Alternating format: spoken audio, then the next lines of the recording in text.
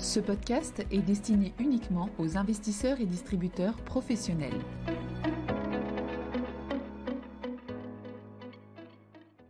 Bonjour et bienvenue dans cette édition de 5 minutes pour comprendre où nous allons parler du FOMC de juin 2022. Tout d'abord, rappelons le contexte qui prévalait au moment de ce FOMC.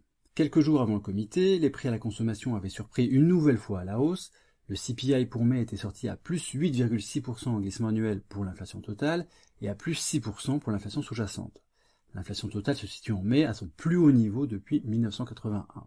L'un des facteurs ayant fait rebondir l'inflation a été très clairement la hausse du prix de l'essence, qui a dépassé 5 $ le gallon en moyenne nationale et se situe environ 25% au-dessus des précédents plus hauts historiques. Cette hausse du prix de l'essence est tirée par la hausse du prix du pétrole évidemment, mais aussi par la baisse des capacités de raffinage aux États-Unis depuis la crise Covid.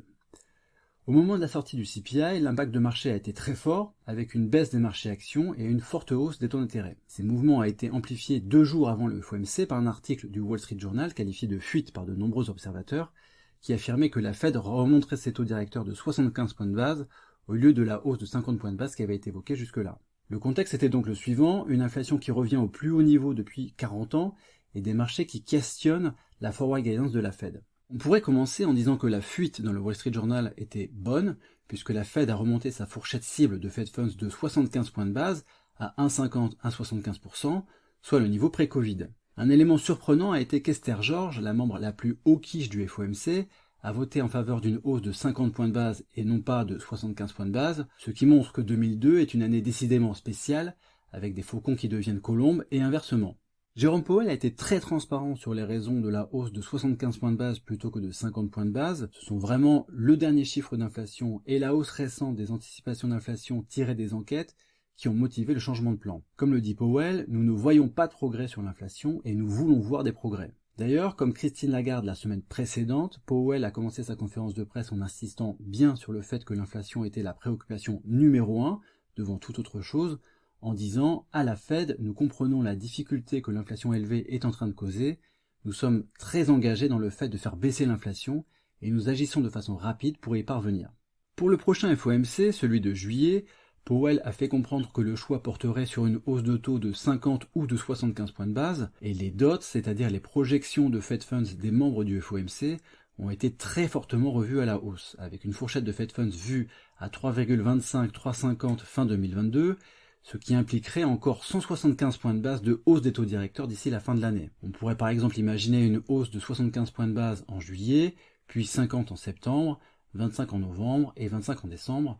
Le rythme dépendra des chiffres d'inflation. Une bonne partie des débats lors de ce FOMC a porté sur la probabilité d'une récession prochaine. Tout d'abord, les prévisions de croissance ont été fortement revues à la baisse et se situent désormais sous le potentiel pour 2022, 2023 et pour 2024. C'est la première fois depuis au moins 10 ans que la prévision de croissance des 3 années suivantes se trouve sous le potentiel, ce qui est vraisemblablement un signe de fébrilité. Le jeu de prévision indique aussi une lente remontée du taux de chômage sur les 3 années à venir. Pour Jérôme Powell, les prévisions économiques correspondent à un soft landing, c'est-à-dire un atterrissage en douceur de l'économie, et il a aussi dit que ce fameux soft landing pouvait ne pas se produire à cause d'éléments que la Fed ne peut pas contrôler, comme la hausse des prix des matières premières, et sur ce point on ne peut pas lui donner tort, puisque sur le mois de mai, la consommation a ralenti essentiellement à cause de l'explosion des prix à la pompe. Un moment fort de la conférence de presse a été lorsque Powell a indiqué que juguler l'inflation sans provoquer de récession était de plus en plus compliqué, et la stratégie de la Fed est de ralentir la demande, notamment en provoquant un durcissement des conditions financières, avec une hausse des taux mortgage, un élargissement des spreads de crédit, une baisse des marchés actions, et là-dessus Powell a indiqué que le durcissement des conditions financières depuis 7 mois avait été une bonne chose, ce qui éloigne un peu l'idée d'un Fed put imminent. En résumé, ce FOMC marque la détermination de la Fed à juguler l'inflation élevée, on pourrait presque dire quoi qu'il en coûte, et on sent tout de même moins de conviction sur la possibilité de parvenir à un soft landing. Merci de votre écoute et à bientôt. Communication promotionnelle non contractuelle. Les commentaires et analyses reflètent l'opinion de CPRAM sur les marchés et leur évolution en fonction des informations connues à ce jour. Du fait de leur simplification, les informations données dans ce podcast sont inévitablement partielles ou incomplètes.